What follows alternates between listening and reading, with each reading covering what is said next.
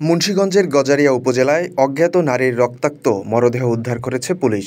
বৃহস্পতিবার সকালে ১০টায় উপজেলার বালুয়াকান্দি ইউনিয়নের আড়ালিয়া মুদারকান্দি কবরস্থানের অজুখানা থেকে মরদেহটি উদ্ধার করা হয়।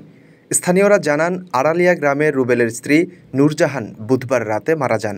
সকালে তার কবর খুঁড়তে গিয়ে অজুখানায় অজ্ঞাত নারীর মরদেহ পড়ে থাকতে দেখেন এলাকাবাসী। খবর পেয়ে স্থানীয় জনপ্রতিনিধিরা পুলিশকে জানায়। পরে পুলিশ মরদেহটি উদ্ধার করে। স্থানীয়দের ধারণা, রাতে ধর্ষণের পর হত্যা করে পালিয়ে গেছে ধর্ষণকারীরা।